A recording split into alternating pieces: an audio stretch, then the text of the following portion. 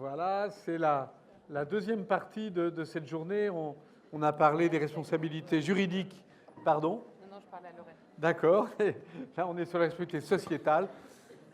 Voilà, alors, je vous laisse vous installer. Lorraine de Fouché. Donc, voilà, pour ceux qui ne seraient pas des fidèles lecteurs du Monde, on sait que vous suivez de près tous les dossiers qui ont trait, pas seulement, mais les dossiers qui ont trait aux violences sexuelles contre les femmes, envers les femmes, à travers toute une série d'articles que vous avez fait, de dossiers, et bien plus que ça. Et puis aussi, ça m'a beaucoup frappé en lisant, parce que vous avez reçu le prix Albert Londres en 2024.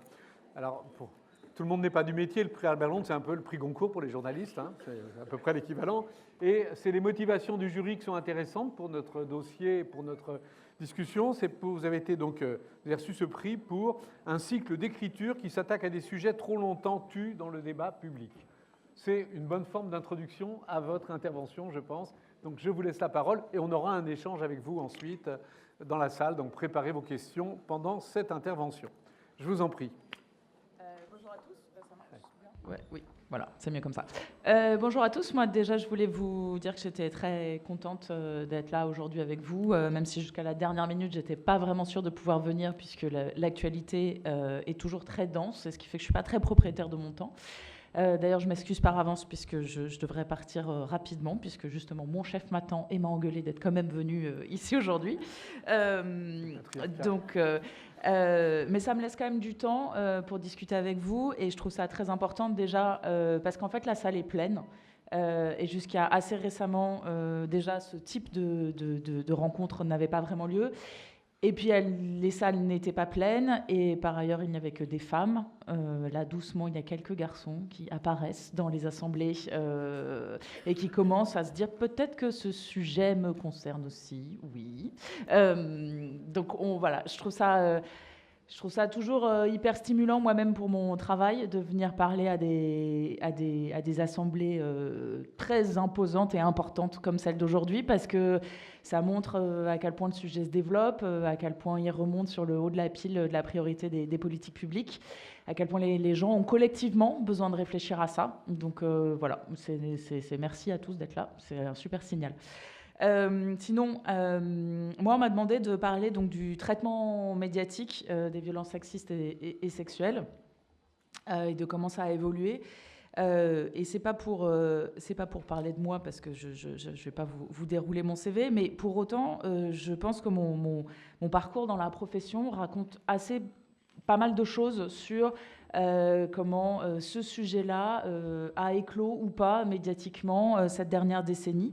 Donc il ne s'agit pas de vous raconter ma vie, mais je trouvais ça justement en réfléchissant, en préparant cette intervention aujourd'hui, je me suis dit voilà, quel était le meilleur moyen de vous faire toucher du doigt l'évolution du traitement médiatique des violences.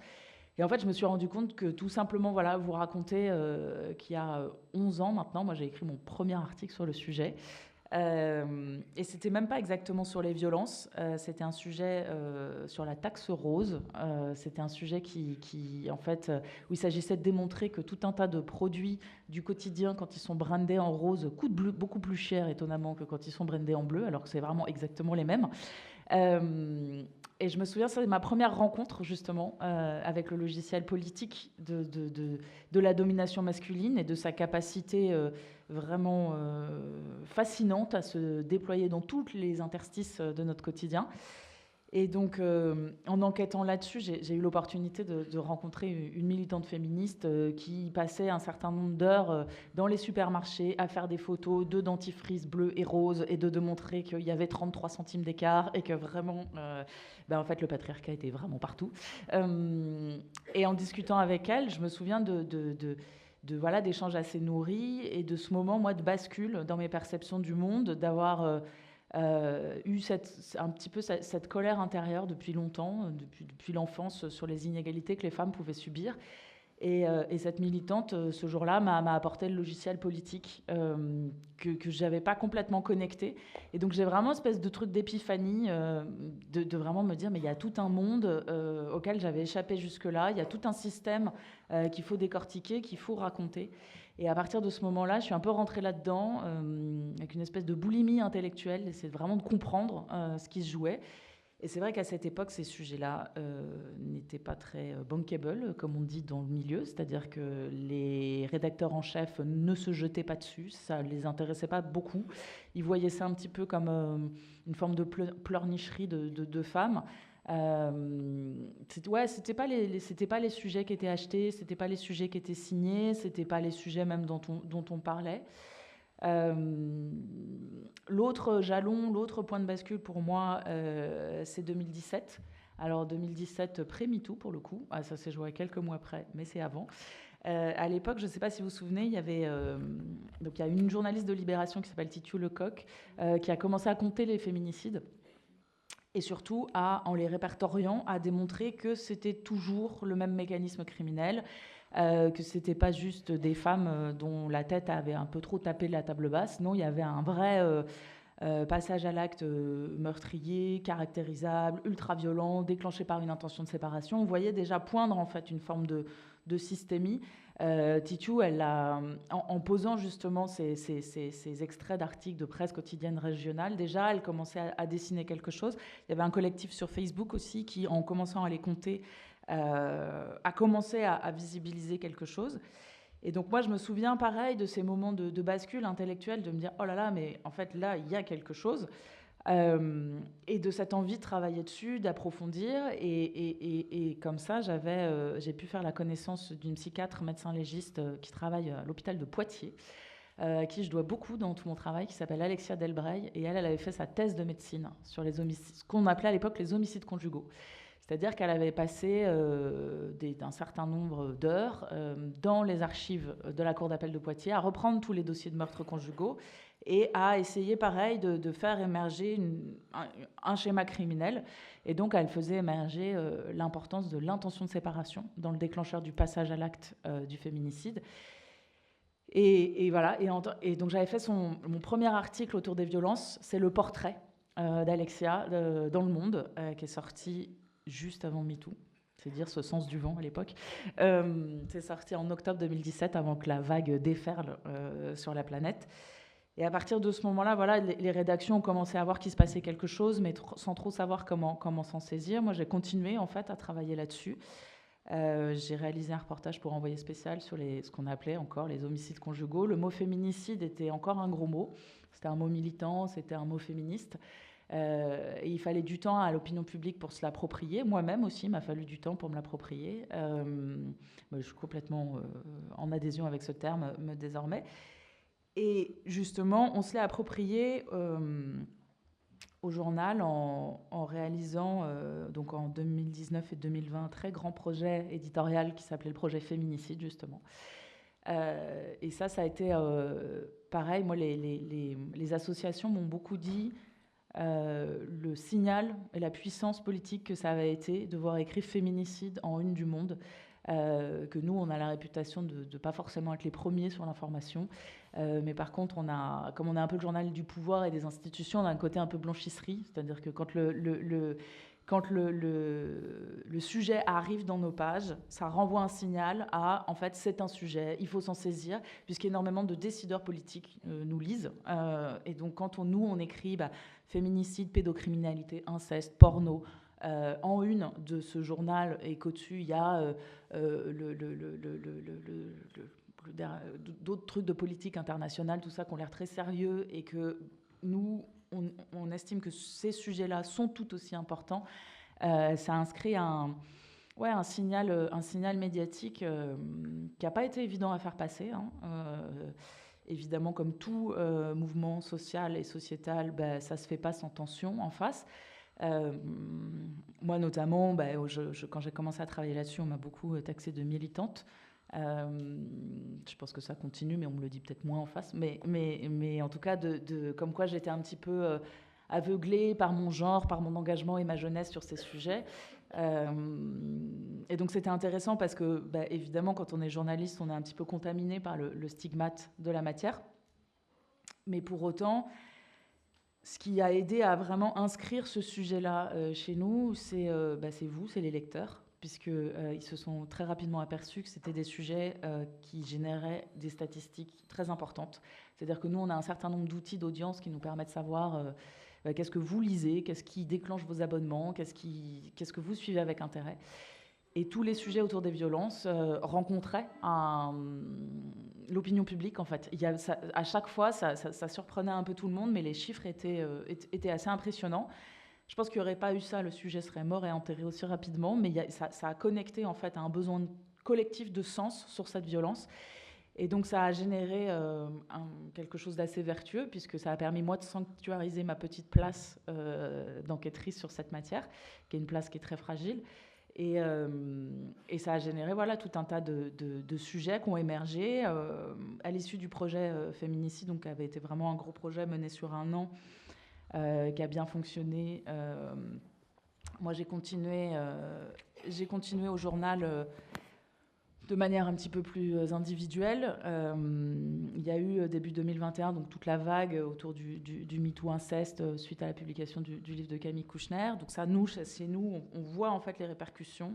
Quand dans l'opinion publique, il y a une espèce il y a une vague qui déferle, ça génère des afflux de témoignages.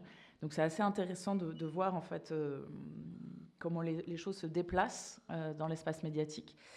Donc moi cette année-là, donc c'est une année importante puisque donc il y a tout le travail autour de MeToo inceste. 2021, c'est aussi l'année autour de l'affaire Patrick Poivre d'Arvor, qui a été l'une des grosses affaires de MeToo français, qui a généré une libération de la parole collective, émouvante. Et pareil, c'était pas gagné au début de pouvoir faire émerger ça dans le monde, mais on a réussi à le sortir. On n'a pas les premiers à avoir sorti l'histoire, mais on est arrivé derrière avec un nombre de témoignages importants. Et c'est vrai que c'était assez beau en fait de vivre ça. Et fin 2021, il y a aussi un gros dossier sur lequel on a travaillé, moi, qui a pas mal fait bouger les lignes. C'est l'affaire qui concerne le porno français. Donc c'est l'affaire dite French Bukkake. Donc c'est une affaire très importante sur la violence sexuelle à une échelle clairement industrielle, puisqu'il y a une 60aine de parties civiles et en face il y a une dizaine de mis en cause. Donc l'affaire n'est toujours pas arrivée devant la cour criminelle à Paris, mais ça va finir par le faire. Et donc ça, pareil, par exemple, quand on a travaillé sur le porno, arriver au monde, aller voir les chefs en disant « je voudrais travailler sur le porno », ils te regardent un peu en rigolant, puis ils trouvent ça bizarre, puis on se retrouve, travailler sur le porno, caractériser la violence dans le porno, ça suppose d'écrire tout un tas de termes très sexuels qui, pareil, n'ont pas trop leur place dans le monde. Mais ça, voilà, on a bataillé, on a négocié beaucoup. À l'arrivée, la série est sortie. Encore une fois, c'est vous, les lecteurs, qui avez sanctuarisé ces enquêtes-là, puisque c'est des enquêtes qui ont eu beaucoup de succès. Donc ça a permis aussi de faire éclore le dossier. Ça a aussi renvoyé le signal à la justice que c'était un dossier important sur lequel il fallait investir. Donc une fois de plus, il y a vraiment ça, c'est pour eux, ça circule en fait. C'est vous qui vous intéressez, nous on continue d'écrire, en face les décideurs, à la lumière du fait qu'on écrive là-dessus, ils s'investissent plus. Enfin, il y a vraiment une construction démocratique, moi, que je trouve assez intéressante, de comment on fait émerger des sujets comme ça. Puis après, les années ont continué. Moi, j'ai continué à il y a eu une forme de bascule au journal quand même sur l'importance de ces sujets. Les chefs ont commencé, moi, à me laisser un peu continuer de travailler, comprendre que c'était important. Alors même si pour autant, moi, j'ai toujours pas de poste. Moi, je suis reporter au service société. Je ne suis pas... Il n'y a pas d'intitulé violence ou féminisme ou domination masculine, tout ça, ça n'est pas entériné, c'est pas gravé dans le marbre. Donc le jour où j'arrête, on verra ce que ça deviendra. Mais après, dans le tournant autour du traitement médiatique, moi, je parlerai d'un tournant début 2024 autour aussi de l'affaire Benoît Jacot, Jacques Doyon, Judith Godrèche, qui a été aussi quelque chose de très puissant à accompagner. Et là, c'était pareil, médiatiquement, c'était intéressant parce qu'en fait, c'était pas tant une révélation d'une histoire, puisque l'histoire était un peu connue, mais c'était le déplacement d'un regard. Et ça, c'était aussi très fort à vivre. 2024 aussi, c'est une année importante sur ce sujet-là, puisque médiatiquement, il y a eu donc le procès dit de Mazan, qui ça pour le coup a vraiment été un tsunami médiatique. Et je ne sais pas justement si quelques années plus tôt, une affaire pareille aurait été autant couverte et puis autant comprise comme une affaire politique. C'est-à-dire qu'il n'y a pas si longtemps que ça, malheureusement, je pense qu'il y aurait eu une primauté accordée, une forme de lecture un peu fait diversière, scabreuse et spectaculaire. Et je pense que là, quand même, a été crantée dans l'opinion l'idée que c'était une affaire éminemment politique qui disait beaucoup de choses sur la domination masculine dans la société. Et d'ailleurs, ça a plutôt été couvert comme ça, médiatiquement. On a vu quand même les lignes de couverture bouger. Malheureusement, l'appropriation politique de Mazan a été assez pauvre. Il n'y a pas eu grand-chose d'intéressant discursivement produit par nos leaders politiques sur ce procès. Et dans la foulée de Mazan, il y a eu ce truc un peu étonnant, c'est le jury Albert Londres, qui représente vraiment une institution dans la profession, qui a fait ce choix de décerner un prix au travail que je portais. Et c'est vrai que ça a été lu et perçu comme quelque chose d'assez historique, puisque jusque-là, les violences sexuelles avaient pu être primées, mais sur des sujets à l'étranger, beaucoup. Donc,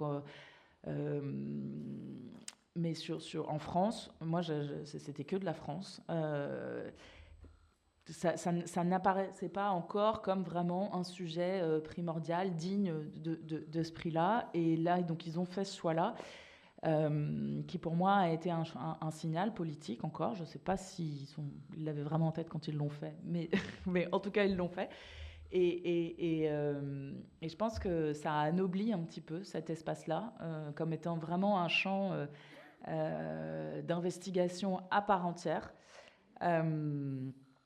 Alors, je vais me dépêcher de terminer cette promenade dans ces dernières années pour vous parler des échanges que j'ai eus pour préparer cette intervention.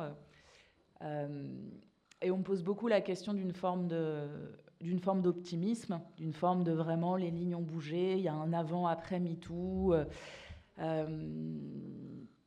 comme un peu dans les trucs un peu de téléachat qu'on peut voir, genre avant mon t-shirt était tout sale et maintenant grâce à ce nouveau produit il est vraiment tout propre. MeToo malheureusement c'est pas ça. Moi, cette question dans quoi MeToo est une bascule dans le traitement médiatique des violences, on me la pose énormément parce que je pense que les gens ont besoin que je réponde oui. Ont vraiment besoin que je réponde que les choses s'arrangent parce qu'on a besoin de perspective, on a besoin d'optimisme. Moi, à cette question-là, je suis toujours un petit peu partagée, en fait, basiquement en fonction de l'humeur qui me traverse. Quand je suis de mauvaise humeur, je dirais que MeToo, pour moi, ça peut être une forme d'animal imaginaire, puisque les statistiques sont pas bonnes. Les féminicides ne baissent pas, le nombre de plaintes pour viol ne baisse pas. Moi, j'ai une fille de 16 ans, donc c'est vraiment ma tour, c'est mon poste d'observation de la jeunesse. Et je vois à quel point les adolescentes sont enferrées dans quelque chose d'assez difficile, qui est que, à la différence de ma génération, elles savent que la violence existe, elles savent que le viol existe, on leur parle beaucoup de tout ça. Pour autant, elles ne sont pas moins confrontées à ça. Et donc, elles sont un petit peu enferrées dans une forme d'anxiété, on leur dit que ça existe, mais elles n'y sont pas moins confrontées, concrètement. Donc, juste, c'est un peu nul, parce que tant qu'à faire, autant pas savoir que ça existe, comme ma génération. On y était tout autant confrontés, mais on n'avait pas les mots. Là, on leur dit « Attention, les garçons sont dangereux ». Mais pour autant, on ne leur apporte pas de réponse concrète sur une baisse statistique, une meilleure protection. Tout ça. Donc, juste, ça génère beaucoup d'anxiété. Ça, c'est pour la réponse pessimiste. Pour la réponse optimiste, parce que je pense aussi qu'il faut vous en donner, que c'est des choses que vous vivez au quotidien dans vos professions. Pour la réponse optimiste, je vais reprendre et je vais boucler avec ce que j'ai fait au début de cette intervention. J'ai envie d'être optimiste quand je vois que vous êtes aussi nombreux et qu'il y a une vraie réflexion collective que je trouve assez belle sur ces sujets-là. Et que c'est majeur dans les professions que vous occupez tous, justement de sortir de l'idée que vous êtes juste dans votre petit espace, Moi, j'ai beaucoup de conversations avec des magistrats, avec des psychiatres, pour à chaque fois leur dire, mais en fait, vous n'êtes pas hors sol, vous n'êtes pas dans une bulle, vous vous inscrivez dans une société, vous avez des biais, réfléchissez-y, branchez-vous à ce logiciel politique, regardez tout ça. Par exemple, si vous êtes assistante sociale, quand vous avez à gérer des dossiers où il y a un gros conflit parental, vous ne savez pas trop, posez-vous des questions politiques, demandez-vous, par exemple, dans ces espaces-là, qui a le pouvoir. Ça, moi, c'est une question, quand je dois lire une situation de violence, je me demande toujours ça. Qui a le pouvoir? Et ça permet assez vite de voir où est la violence.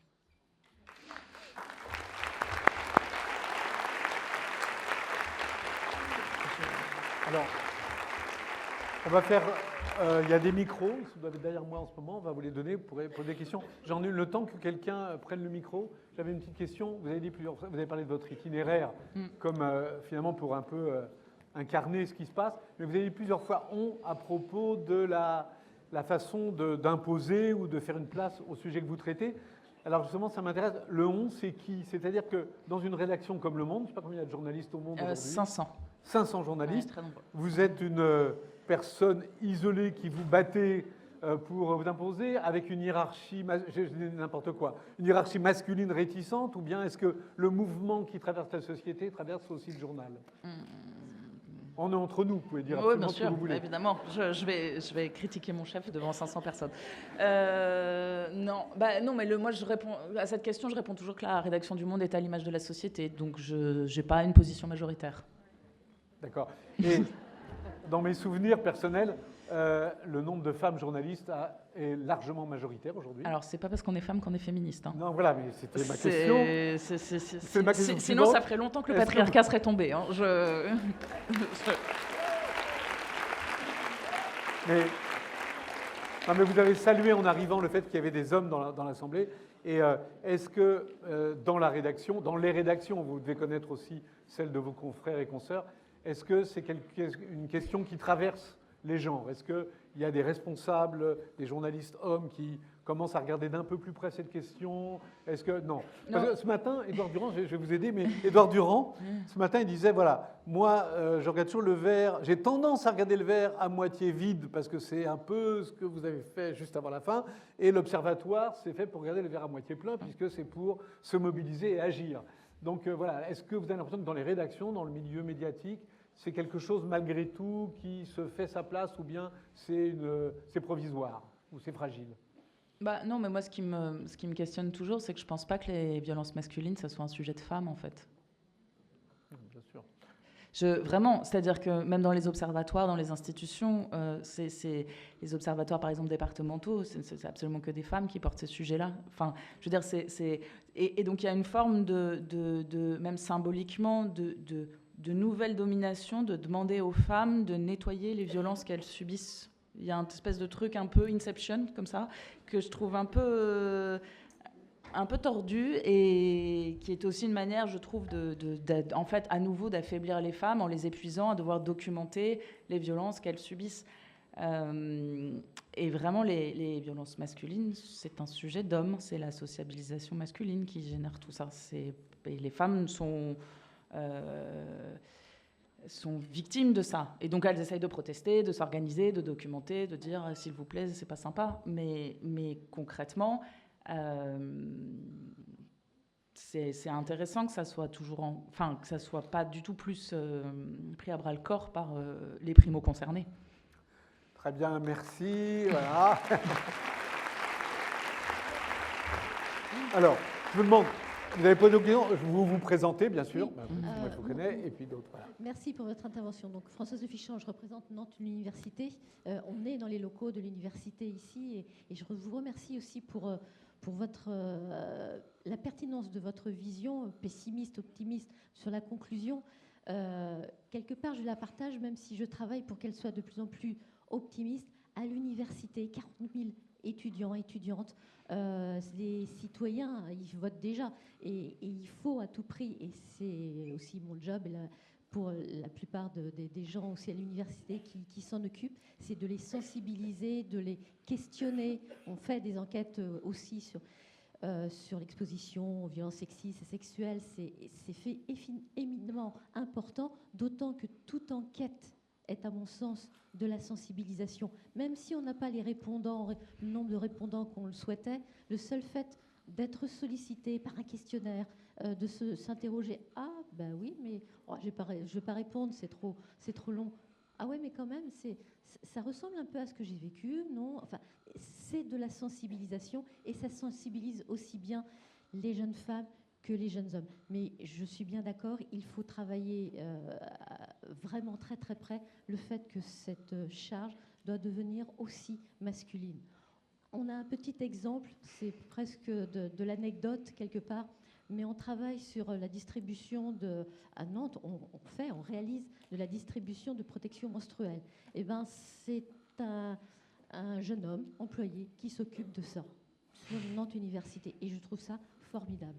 C'est anecdotique, on fait d'autres choses à côté. Mais voilà, je voulais dire, effectivement, il y a peut-être un peu un conflit de génération aussi que nous voyons à l'université particulièrement arriver, des jeunes générations qui nous viennent du lycée, qui sont beaucoup plus sensibilisées que l'ont été les générations précédentes. Et il faut aussi prévenir les enseignants-chercheurs de ces mentalités qui changent. Merci. Merci. Alors, on va prendre encore d'autres interventions. Voilà, il y en a. Voilà, madame. C'est une journaliste, me dit-on. On l'a dénoncée, donc très bien. Je vous en prie. Allez-y. Bonjour, en toute discrétion du coup, merci Anne. Bonjour et merci beaucoup pour votre intervention. Je me demandais si... pardon, je pensais sur ce que vous disiez tout à l'heure, Laurent, sur ce que ça bosse dans les... Il y a une doctorante qui a fait une super thèse, je crois, sur comment le genre est approprié dans les rédactions. Et donc en fait, ça m'apporte une question, puis une autre question après, mais sur... est-ce que même parfois chez les hommes, il y a une forme d'opportunisme 9 ans plus tard, à se saisir de ces sujets, mais sans en avoir l'expertise que vous avez développée, vous, et donc la compréhension spécifique de ces mécanismes, et donc aussi de la manière dont on va aborder des victimes, dont on leur parle, comment on leur parle, etc., dans quel contexte, voilà. Voire parfois pour dire, en fait, non, on n'ira pas ou c'est pas le moment, enfin bref. Et mon autre question, c'est, avez-vous de l'analyse de pratique? Et comment faites-vous aussi pour... parce que quand on est professionnel, journaliste, en fait, ça, c'est pas prévu à aucun moment. Et ça peut aussi être un peu lourd à porter. Oui, j'allais vous demander ce que c'était l'analyse de pratique, qui montre bien que j'en ai pas.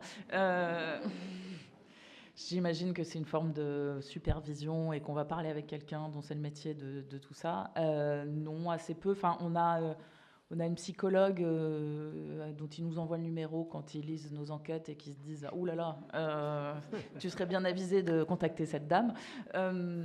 Mais pour autant, non, moi c'est un truc dont je parle beaucoup et qui est de reconnaître la vicariance de cette violence. Parce que je pense que nier la violence... nier le fait que ça me touche, c'est nier la violence du sujet, et moi je refuse de le faire. Donc je me retrouve quand même assez souvent à quand même devoir dire que ça souffle fort. Mais et déplorer le fait que dans un journal, dans mon journal, mais comme dans plein d'autres journaux, comme dans plein d'autres espaces, la réflexion sur le traumatisme dans le journalisme est assez peu développée. Elle est très pensée pour le journalisme de guerre. Mais pour cet espace-là, pas beaucoup, malheureusement. Très bien, merci. Alors, d'autres interventions? Sinon, j'avais demandé à Édouard Durand de se préparer à intervenir, mais Adélaïde pourrait le faire également, pour entrer en dialogue avec Lorraine de Fouché. Mais est-ce qu'il y a... Je remarque juste une chose, c'est que pour l'instant, on n'a eu que des questions de femmes depuis le début de la journée, et puisque des hommes sont là, peut-être c'est l'occasion pour eux de prendre la parole, s'ils n'en ont pas peur. Alors, c'est ma tentative totalement vaine. Non, personne. Si.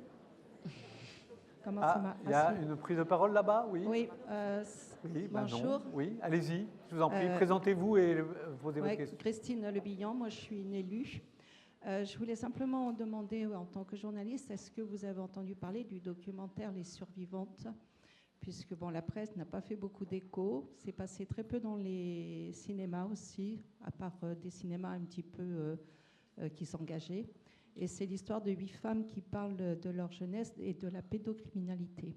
Donc je voulais savoir si vous en aviez entendu parler. Et autrement, le 4 décembre également à Châteaubriand, il y a un documentaire, un témoignage d'une mère qui sera là pour parler de la disparition de sa fille et qui parle également de pédocriminalité. Donc, voilà.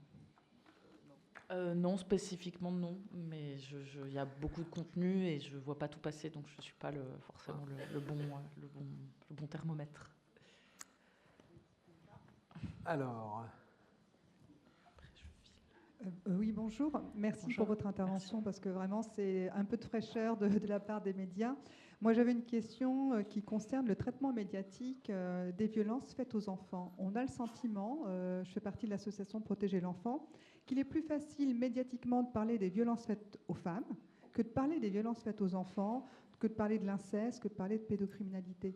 Et on le voit dans les articles ou quand on a des contacts avec des médias. Si on parle des violences faites aux femmes, des agressions sexuelles contre les femmes, alors là, on a des réponses. Mais si on va un peu sur, parlons des enfants qui sont violentés, des enfants qui sont maltraités, la maltraitance institutionnelle à l'égard des enfants, ben, c'est plus compliqué. On a l'impression que c'est un sujet sensible. Et là, les réponses se font tardent, on va dire. Malheureusement, je ne peux pas parler pour mes collègues. Moi, je peux juste parler de ma propre pratique où pour le coup, moi, la pédocriminalité, pour moi, j'ai aucun doute sur le fait que c'est un sujet majeur et massif. Donc, je m'en saisis dès que j'ai l'occasion, en tout cas, pour moi, c'est la même matrice, en fait, de la domination masculine qui s'exerce sur les corps des plus vulnérables. Donc, ça touche les enfants, ça touche les femmes, ça touche... donc, je rechigne pas du tout là-dessus. Donc peut-être que mes collègues sont mal à l'aise, mais je peux pas trop parler à leur place parce que moi personnellement je crois pas l'être. alors avant que Édouard peut-être prenne la parole ou Adélaïde, Anne, tu voulais justement ajouter un petit mot. En fait, c'est une question que j'avais déjà posée à Lorraine. C'était moi j'avais été frappée par la différence de traitement médiatique entre le procès des violeurs de Gisèle Pelicot et le Squarnec, en fait. Le retentissement médiatique était quand même assez criant, avec une disproportion quand même entre les deux. C'était une question que j'avais... Voilà. Intuitivement comme ça, je dirais que ça se joue au niveau du fait que à Amazon, il y avait beaucoup d'auteurs. Et qu'en fait, il y a une vraie fascination pour le mal, et pour sa compréhension, et pour sa... Et c'est vrai que la victime, à l'inverse, malheureusement, dans l'opinion publique, absolument pas dans mon regard, hein, je précise bien, elle porte, voilà, mais elle porte quelque chose qu'on veut pas voir. Donc, je pense que mais c'est malheureux. Enfin, voilà. Adélaïde. Bon. Et moi, je voulais simplement dire que un travail journalistique de grande qualité a des effets sur la société. Et votre travail, Lorraine, a eu un énorme impact sur moi, notamment une enquête qui était celle de French Bukake, où je suis littéralement tombée de ma chaise. J'ai glissé en lisant l'enquête, ce qui m'a amenée à coordonner avec plusieurs autres autrices merveilleuses le livre Sous nos regards que vous trouverez dans la librairie et qui est un recueil de récits de ces femmes de l'enquête French Bukake et Jackie et Michel, dont Lorraine signe la préface. Et je crois que ce qui est extrêmement vertueux, comme on dit, dans ces choses-là, c'est que finalement, quand une information nous parvient, on peut s'en saisir et on est responsable aussi de l'information qui nous vient et de ce qu'on peut en faire. Et je voulais te remercier infiniment de nous donner cet agir-là. Merci. Merci à toi, Adélaïde. Merci, Anne. Juste un mot, c'est que la librairie est encore ouverte jusqu'à la sortie, juste pour dire. J'avais suggéré à Édouard peut-être... Édouard nous accompagne depuis ce matin, une réaction à ce qu'on vient d'entendre, parce qu'au fond, il y a quelque chose à voir, il y a du récit, il y a des paroles, et c'est quelque chose sur lequel dont il a été beaucoup question depuis ce matin.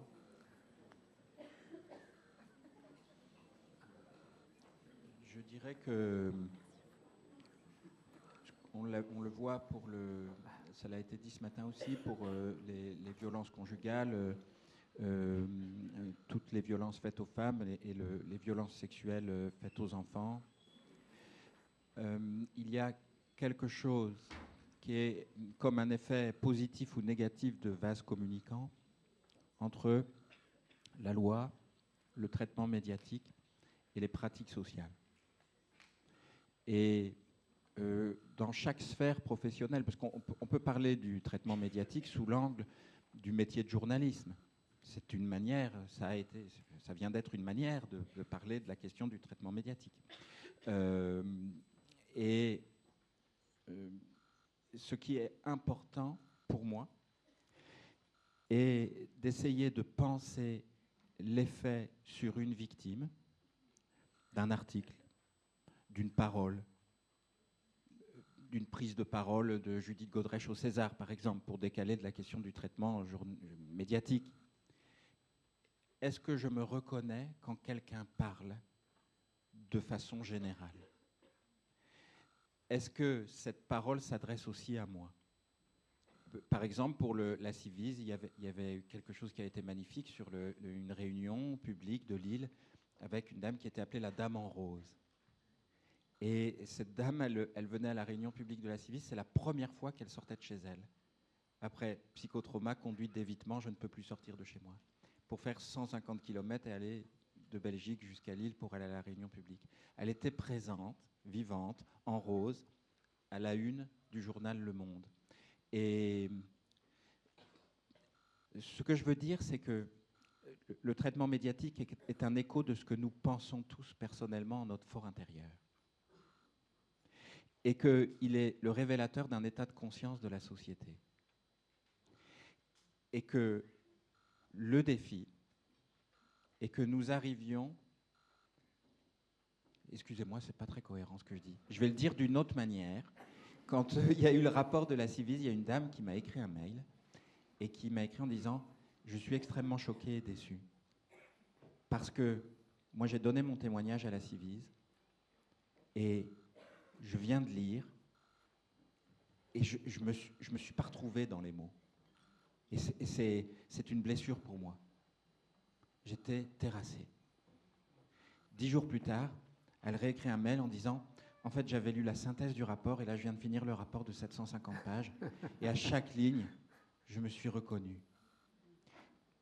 Et je voudrais que ce soit pareil dans chaque action, dans ce que je suis en train de mal faire là à l'instant. Je sais bien qu'on ne me comprend pas et que je m'exprime mal. Et enfin voilà, vous m'avez compris. Il faut absolument que quand on parle, on se dise « Ah, cette personne comprend ce que je vis. » Parce que la violence est la seule expérience humaine qui confronte à un tel degré d'incommunicabilité et donc d'invisibilité au milieu des autres. Voilà. Pardon de cette intrusion, mais on m'a donné le micro. Non, mais j'ai une autre question pour vous, Édouard. C'est, ce n'est pas le micro. Tout à l'heure, il a été question du terme de féminicide. Alors, j'ai été dans des rédactions et je sais très bien que les réticences qui existaient, puisque c'était conçu comme un terme militant et pas comme un terme objectif. Alors, quand les journaux ont commencé à titrer dessus, il y a longtemps que les associations l'employaient, et même dans la presse, on va dire, dans l'aspect rigoureux et scientifique de ce travail, c'était déjà utilisé. Est-ce qu'il y a une interaction postérieure? C'est-à-dire, est-ce qu'une fois que les journaux ont installé, toujours avec un peu de retard, mais c'est la presse, c'est toujours comme ça, un tout petit peu de retard sur la société, mais une fois que le terme est installé, est-ce que ça change quelque chose dans un tribunal, dans les services sociaux? Est-ce que ça aide? Est-ce que ça accompagne? Ou est-ce que c'est de la sémantique, ça n'intéresse personne? Enfin, comment ça se passe? Les médias ont une puissance sur la pensée et le langage qui est sans équivalent.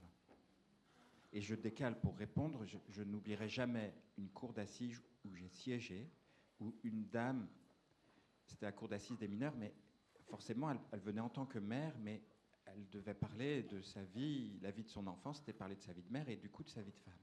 Et elle racontait sa vie de femme, y compris en disant « Bah oui, et puis moi, j'avais pas toujours envie, mais vous comprenez, bon, c'était le mari. » Et elle a dit « Mais il n'y a pas longtemps, à la télé, j'ai entendu qu'ils appelaient ça un viol.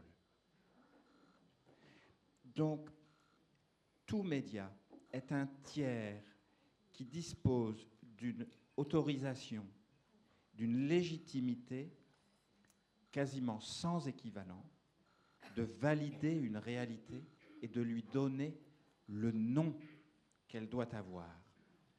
Et parfois c'est bien fait, comme féminicide. Et il faut être vigilant pour maintenir le niveau. Les mêmes journaux ont publié les tribunes pour défendre Matzneff, il n'y a pas longtemps. Ce qui est vrai des médias est vrai de la justice, est vrai de toute institution. Mais il y a un pouvoir de désignation qui est à nul autre pareil. Oui, et qui a permis de relayer, par exemple, pour l'affaire de Pontoise et la loi seuil d'âge, qui a eu un effet sur la production d'une loi, la loi de 2021, je pense qu'on peut le dire. Merci beaucoup. Alors, on va passer à d'autres sujets. On va beaucoup parler de l'écoute tout à l'heure, mais d'abord, on va alors peut-être, Anne, nous en dire un petit mot avant qu'on le regarde. Mais il y a un clip qu'on va diffuser. Ça va mettre de l'ambiance, vous allez voir, dans cette salle. Non, cette fois-ci, c'est un clip joyeux. Oui, mais il faut en dire un mot quand même, parce que on parlait de la responsabilité sociétale, on parlait du rôle des médias, on peut parler de la vidéo, on a beaucoup parlé des films, des documentaires. Là, c'est quand même un peu spécial. Et Anne, vous êtes très bien placée pour en parler, puisque vous avez suivi de très très près ce travail. Mais je vous laisse, voilà, j'ai maintenu un peu le suspense, mais vous allez nous en dire un peu plus. C'est un clip qui a été réalisé par des collégiens. Donc en fait, il y a un travail qui se mène en Île-de-France auprès des collégiens dans un dispositif qui s'appelle Jeunes contre le sexisme, qui est une action de prévention auprès des collégiens avec une réalisatrice géniale qui s'appelle Émilie Desjardins, et ils travaillent toute l'année. Donc là, vous avez le résultat d'une année de travail en fait. Et ce court-métrage, il s'appelle La culture du viol. Il a été fait par des gamins de 3e. D'un collège de Bobigny, et il est chouette parce qu'il déconstruit tous les stéréotypes, et puis il a un message très très clair sur le viol n'est jamais la faute de la victime, en déconstruisant les idées reçues. Et puis c'est vraiment bien pour ces gamins, c'est qu'il a été récompensé au Festival international du film de prévention citoyenneté jeunesse de La Rochelle, FestiPrev, et c'était vraiment vraiment chouette pour eux. Et en fait, ça montre la capacité des jeunes, quand on les accompagne, à se saisir de ces sujets, d'être créatifs. Et en fait, comme on parlait de changer la société, c'est un peu l'objet de la journée, ces actions de prévention auprès des jeunes et de construction avec eux, elles portent vraiment leurs fruits pour créer une autre société. Donc ça, c'est notre contribution au verre à moitié plein, dont on parle depuis ce matin. Et voilà, donc je vous laisse regarder le clip, et puis on y revient après, on poursuit notre programme.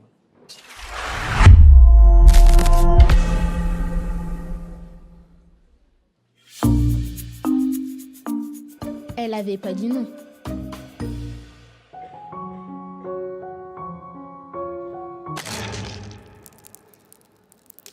Mais elle avait pas dit non. Oui, c'est absurde. Parce que la personne qui prend le pouvoir sur le corps de l'autre sait très bien ce qu'elle est en train de faire. Les femmes mentent. Effectivement, les femmes mentent. C'est dans leur nature depuis toujours. Les enfants aussi mentent d'ailleurs. Il y a un adage bien connu qui dit « Le mensonge sort de la bouche des enfants ». Mais les hommes, eux, ils ne mentent jamais. S'ils disent qu'ils sont innocents, c'est eux que nous devons croire. Bon, il y a les braqueurs de banque qui mentent parfois, et aussi les dealers de shit et ces jeunes de cité qui mentent à l'occasion. Mais quand il s'agit de viol, les hommes ne mentent jamais. C'est un fait reconnu et ça simplifie bien les choses. Mais oui, bien sûr. Alors on estime qu'il y a environ 2% de fausses déclarations de viol, exactement comme pour tous les autres crimes. La réalité, c'est que seulement 12% des victimes portent plainte. On se demande pourquoi, tiens. Il n'y a aucun intérêt financier à porter plainte pour viol. Et il y a moins d'1% de condamnation. Très souvent, le violeur n'est pas condamné, faute de preuves concrètes. Mais ça ne veut pas dire qu'il est innocent. Les femmes sont un peu responsables. Elles doivent faire attention à ne pas provoquer. Écoutez, monsieur, si vous voulez pas vous faire voler votre bagnole, Vous n'avez qu'à pas en avoir une. Hein? Je parie qu'elle était belle en plus. Et bah voilà, vous cherchez les emmerdes. Faut pas vous étonner aussi.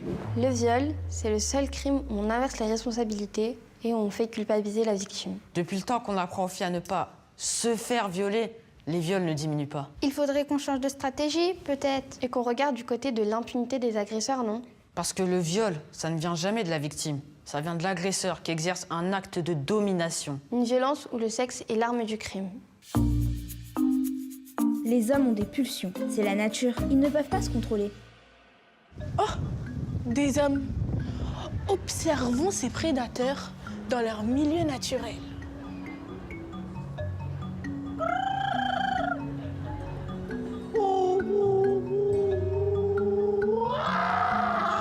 Oui, 98% des violeurs sont des hommes. Mais non, les hommes ne sont pas des animaux. Si c'est pas la nature, ça serait pas plutôt la culture? Si ce qui t'excite, c'est de faire du sexe avec un humain comme si c'était un objet, eh bah c'est un gros souci. Je te propose de t'acheter une poupée gonflable. Si ce qui t'excite, c'est la destruction de l'autre, alors il serait peut-être temps de consulter. Et ça pourra t'éviter d'avoir une série Netflix à ton nom. Les femmes ne doivent pas circuler seules le soir. Les violeurs sont des fous qui les guettent dans les rues. Moi, j'ai trouvé la solution pour être en sécurité. Je ne sors jamais de chez moi. Ma seule relation, c'est avec Albert, mon chat. C'est mon meilleur ami.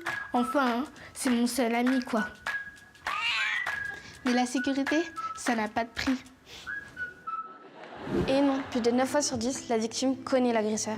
Ces hommes ne sont pas des violents psychopathes, exclus de la société, cachés dans des allées sombres. Mais bien nos partenaires, nos amis, nos frères, nos pères, nos collègues. Et ça se passe à l'intérieur des maisons. On est censé être en sécurité. On n'est pas tous coupables de viol, mais on est tous responsables des mensonges qu'on propage. Pour changer les choses, commençons par arrêter de dire des conneries.